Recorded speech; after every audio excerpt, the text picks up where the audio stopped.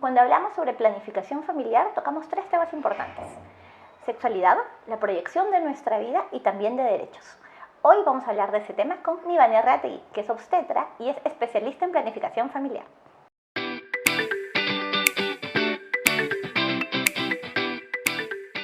Nivania, ¿qué es lo principal que debemos tener en mente cuando abordamos un tema como la planificación familiar?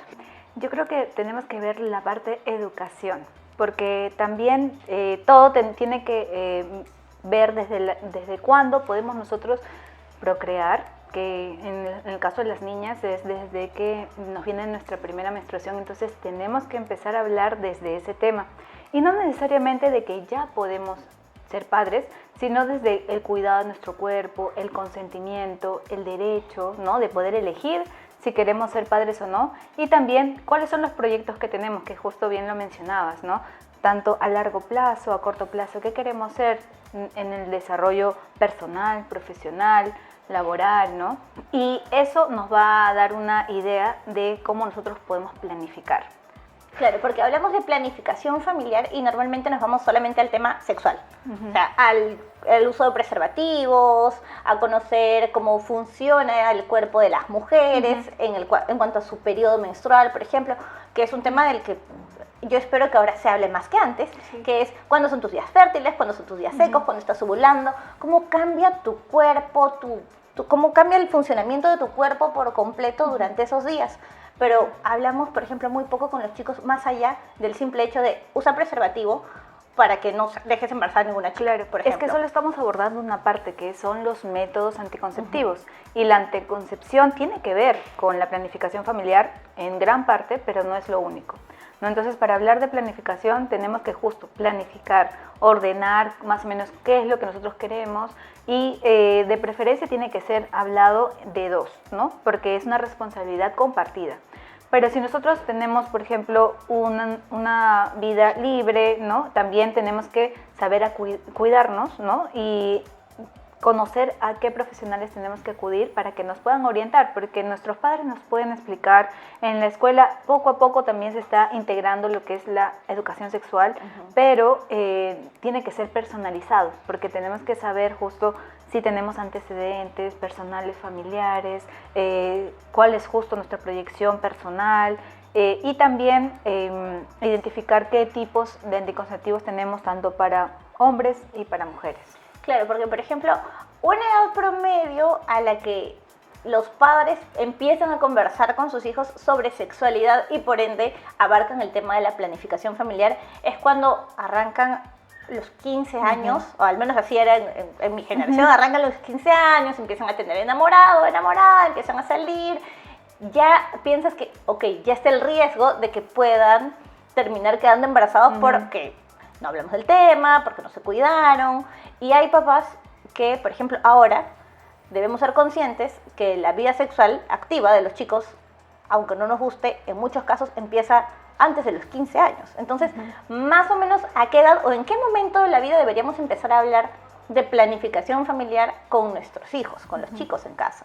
Como parte del inicio, por ejemplo, de los cambios que empiezan en la pubertad, sería una etapa importante entre los 11 y 12 años, pero recordemos que ahora está también viéndose casos de menstruación precoz, entonces habría que adelantar un poco en esos casos cuando ya empieza el brote mamario, el cambio de voz, ¿no? Y ese tipo de cambios, porque no están preparados mentalmente, pero físicamente sí lo podrían estar. Entonces, sabemos que si bien es cierto, una relación sexual debería ser consensuada, pero vivimos en una sociedad de alto riesgo también de violencia. Entonces tenemos que estar preparados también para que ellos puedan tener llamados de emergencia o atención y saber conversar con una persona que tengan plena confianza para que puedan ayudarlos en los casos en los que es importantísimo, por ejemplo, los anticonceptivos de emergencia y estos, ¿no? Claro, porque, por ejemplo, una cosa de la que se viene hablando mucho en los últimos años y que a mí me parece súper bueno es del consentimiento. O sea, y ya se trabaja el consentimiento con los chicos desde que tienen... Desde kinder. Claro, desde que son chiquitos, desde que aprendieron a saludar a la gente. Si quieres das besitos, si no das besitos, no hay problema, das la mano, saludas de lejos, y eso ya es un paso adelante, por ejemplo, para que más adelante ellos entiendan que Si te Nadie dicen tiene no, o que sea, obligarlos a no nada. pueden obligar, nadie puede pasar la barrera que yo pongo con mi cuerpo. Mi cuerpo es mío, yo decido. Si te Exactamente. saludo bien, si te acercas también. Yo te abro la puerta y si me arrepiento a última hora, es mi decisión, no te toca transgredirla, ni juzgarla, ni criticarla. Pero sí creo que todavía tenemos mucho de hablar solamente de la parte sexual, porque igual el consentimiento todavía está muy ligado a la sexual. Sí. Pero, por ejemplo, hablamos de métodos anticonceptivos y algo que comentábamos hace un rato antes de empezar es la cantidad de métodos anticonceptivos que hay para mujeres y la oferta tan pequeñita que hay para los hombres. Así es. Entonces, le tiramos la responsabilidad a las mujeres cuando hablamos de planificación familiar, porque muchas veces hemos escuchado, ella se embarazó, por ejemplo, cuando en realidad un embarazo es una cuestión de dos. Exactamente, sí. Y pues cuando vemos justo toda la gama de anticonceptivos que hay, existen solo 2 para hombres y 22 alternativas para mujeres y siguen saliendo muchas más. E incluso siguen en proyección de salir la píldora para varones, pero nuestra grandiosa industria farmacéutica que está más ligada al patriarcado, pues dicen, no, ya de 100 varones a uno le dolió la cabeza. No, anulado ese anticonceptivo nuevo. Pero si sin en embargo, nosotras hay 1.000.000 de efectos secundarios. incluso desde los años 60 hubo hasta muertes, porque mientras hacían todos los proyectos de investigación, habían dosis altísimas de hormonas y no sabían los riesgos que iban a haber, pero aún así se lanzaron, ¿no? Entonces ha ido evolucionando la anticoncepción, existen de diferentes gamas, ¿no? Pero es importante saber, conocer cómo es nuestra esencia, ¿no? Cómo funciona el cuerpo de la mujer, cómo funciona el cuerpo del varón y saber que las mujeres solo somos fértiles 5 días en nuestro periodo menstrual, que abarca desde que empiezan los cambios de moco cervical hasta que termina, porque ese es el momento pico en el que podemos tener más estrógeno y estamos listas para poder procrear. Pero si estamos fuera de ese periodo, no podemos salir embarazadas. En cambio, los varones sí, 365 días del año van a poder ser fértiles, incluso 9 mujeres podrían quedar embarazadas diariamente si es que ellos encuentran a justo 9 mujeres que están ovulando ese mismo día, ¿no? Porque la eyaculación de ellos es siempre, contiene los espermatozoides. Ellas son regularmente fértiles. Así es. Entonces, si tienen la suerte, por decirlo así, de encontrar 9 mujeres que el mismo día están en ovulación, en un momento fértil, pueden embarazar a las 9 mujeres. Así es. En cambio, nosotras no, sí, es que planificamos o nos conocemos muy bien, por eso el método del ritmo es muy popular, pero es un método que solo es cálculo y es predicción. Pero existen métodos que son ya con evidencia científica, como el método sintotérmico, por ejemplo, que implica que observemos nuestros síntomas, que es la temperatura basal. Tomarnos la temperatura todos los días, por ejemplo, es algo súper práctico, súper fácil. Y observar los cambios de moco cervical, que es lo que justo te mencionaba. Entonces, si nosotros sumamos estos 2 biomarcadores, podemos tener un 99.6% de efectividad. Y si nos enseñan esto desde jovencitas, incluso no tendríamos que recurrir al consumo de hormonas y generar más cambios o efectos secundarios, que justo es lo que mencionábamos también. Claro, porque, o sea, hagamos una cosa bien práctica. ¿Cómo? O sea, para los que no saben, porque hay muchos hombres que no saben cómo funciona el ciclo menstrual de una mujer, cómo funciona nuestro ciclo a lo largo del mes. En sencillo, ¿cómo es? Tenemos días fértiles y tenemos días secos, pero también tenemos días intermedios, se podría decir, o cómo funcionamos a lo largo de los 22 o 30 y pico días que puede durar el ciclo. Un ciclo menstrual regular dura entre 24 y 36 días. En ese rango de tiempo tenemos 4 fases. La fase menstrual, que es justo donde viene el periodo, que es justo donde se ve el sangrado, ¿sí? Menstrual, que es del endometrio, es la capa interna del útero. Luego está la fase folicular, que empieza a crecer el estrógeno, ¿sí? A subir los picos de estrógeno. Tenemos la fase ovulatoria, que justo son estos 5 días en los que podríamos nosotros prepararnos, porque empezamos a tener moco cervical un poquito más ligoso, más resbaladizo, que se puede incluso observar en el papel higiénico cuando nos secamos y vemos que hay presencia de un moquito que es transparente, que parece una clara de huevo. Ya. ¿Sí? Pero no en esos 5 días tenemos óvulos, ojo. Solo hay un solo día, 24 horas dura la ovulación. Pero 5 días antes, este moco cervical que está produciéndose puede albergar a un espermatozoide y que este sea su alimento para que en el 5.º día justo el óvulo pueda unirse con este espermatozoide. Por eso es que muchas veces, por ejemplo, yo he escuchado varias historias en que dicen, yo no estaba en mis días fértiles, no era mi día fértil, pero el esperma del hombre, cuando el bebé va a ser hombre, el esperma se queda ahí y justo cuando baja el óvulo, pegó. Es completamente al revés. El esperma de la mujer es el más duradero, dura 5 días. El esperma del varón tiene que ser justo en los días más fértiles porque es más rápido en llegar, pero no sobrevive tanto tiempo. Eso hay que apuntar. El esperma para tener una niña puede ser de más duradero. 3, exacto. Es como que si tuviste relaciones sexuales, no sé, un viernes, podría ser que si es niña, o sea... Si ovulas el domingo, pueda ser niña. Pero si justo ovulaste el domingo y tuviste relaciones el domingo, ese día lo más probable es que pueda ser varón. O sea, ¿sí podemos planificar el sexo de los bebés? Sí, pero también tendríamos que ver la genética del varón, porque recordemos de que el sexo al final lo da el varón. Y si tiene más espermatozoides, que sean lentitos y que puedan ser más de genéticamente femeninos, pues se le dice famosamente los chancleteros, que siempre tienen conozco varios de esos. Y por más de que tengan pues en el mismo día de ovulación, puede ser que salga siempre mujer, ¿no? Eso tendría que hacerse un examen genético para saber cómo está la calidad de sus espermatozoides. Ah, mira, qué interesante. Entonces, eso con respecto al ciclo menstrual en las mujeres. Y cuando hablamos un poquito más hacia el lado de los hombres, con respecto a la planificación familiar, por ejemplo, ¿qué tipo de recomendaciones podemos dar más allá de usar preservativo y, por ejemplo, ahora conocemos la vasectomía?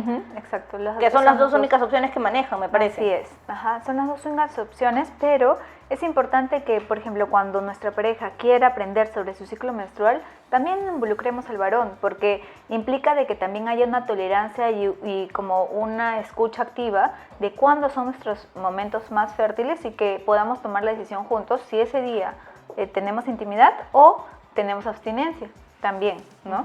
Y luego ya cuando sabemos de que no estamos en la fase fértil y no estamos planificando un embarazo, pues podemos tener intimidad en otros días, ¿no? Porque, por ejemplo, hay un mito del que yo he escuchado recurrentemente, que es que dicen, termina tu periodo y se supone que al día siguiente es día seco. ¿Eso realmente es así? ¿O puede variar? Porque hay factores externos que pueden alterar nuestro ciclo menstrual, como el estrés, un viaje, que fallezca, por ejemplo, algún familiar o nuestra mascota, o que tengamos mucha carga laboral o mucha carga en los estudios. Entonces eso puede alterar completamente la ovulación, que se pueda adelantar o retrasar. Y si la ovulación está mucho más adelantada, inmediatamente termina el periodo, puedes empezar tu fase fértil. Puede empezar ya a tener ese moquito transparente desde días antes y pues tuviste justo intimidad en el último día de regla y ese espermatozoide justo sobrevivió de los 5 días para que ovules cerca, ¿no? Entonces eso es importante llevar un conteo de nuestro ciclo menstrual, no solo sabiendo los días en los que dura nuestra regla, sino también conocer esos cambios, como cómo nos vamos sintiendo emocionalmente, porque también la creatividad, el hecho de que tengamos antojitos de más dulce o que no queramos salir de la cama porque estamos hinchadas, también nos está hablando el cuerpo de que de repente ya estamos en una parte de la última fase, que es la lútea, que está próxima a venir el próximo periodo, ¿no? Entonces, todo eso conlleva que observemos, que nos conozcamos. Y sí, es parte de una educación que a veces no nos la dan, que tenemos que acudir a especialistas que están certificados y que nos puedan dar esa información, pero no es tan difícil de aprender y si tú lo aprendes ya te sirve de por vida. Por ejemplo, si yo como mamá no me siento en condiciones de hablar con mi hija o con mi hijo sobre planificación familiar y sobre métodos anticonceptivos, ¿a qué especialista debería llevarlo? En el caso de mi hija y en el caso de mi hijo, ¿con quién debería ir? Bueno, aquí en Perú tenemos las obstetras o los obstetras que desde el día 1 de la carrera hablamos justo de planificación familiar, salud sexual y reproductiva, y también están los ginecólogos o los urólogos también en el caso si queremos observar ya a los varones, específicamente para su salud sexual y reproductiva, y en el caso de las niñas también existen ginecólogos que son pediatras, ¿no? O endocrinólogos también si es que hay cambios bruscos hormonales. Por ejemplo, cuando empiezan los cambios de acné, de cambios de voz, o si vemos de que está retrasándose mucho este periodo y vemos que sus amiguitos o hermanos, hermanos o primos que pueden haber pasado ya antes este periodo y que tenemos dudas de qué está pasando, pues pueden acudir para que se hagan sus exámenes hormonales o su seguimiento, ¿no? Porque, por ejemplo, ¿en qué momento debería preocuparme, por decirlo así, o ponerle un poquito más de ojo encima? Por ejemplo, si a mi hija no le viene el periodo todavía. O sea, ¿puedo esperar hasta los 15, hasta los 16? Entre los 15 y 16 ya sería una menarquia tardía, ¿no? Ya. Entonces ahí podríamos ver qué está pasando, pero tenemos que ver también nuestra historia familiar. Muchas veces se cumple de que la fecha en la que nos puede venir alrededor a las mamás, les puede venir a las niñas, ¿no? A las hijas, pero también tenemos que ver la historia familiar del papá. También puede ser de la abuela o de las tías paternas, que se tiene que observar, porque recordemos que son mitad nosotros y mitad del papá, ¿no? Qué fantástico. ¿Y hay algún tema importante que tú creas que debamos resaltar antes de terminar este episodio? Sí, que es importante hablar de la responsabilidad, ¿no? Que conlleva el hecho de que nosotros vamos a iniciar una vida sexual y que tenemos que ser responsables con lo que la decisión que vamos a tomar. Y cuando hablamos con los hijos o adolescentes de planificación familiar, no quiere decir que vamos a adelantarles una etapa, sino que debemos hablarles de la responsabilidad que conlleva que cuando ellos tomen la iniciativa de iniciar su vida sexual, lo hagan con mucho consentimiento, mucho cuidado, y que sepan de que no solo pueden salir embarazados, sino que pueden también tener infecciones de transmisión sexual, ¿no? Muchas gracias, Nivania. Y es cierto, el tema de las infecciones de transmisión sexual es un tema que también vamos a abordar porque es algo que afecta tanto a chicas como a chicos. Así que nos vemos en un próximo episodio de Vida en Balance.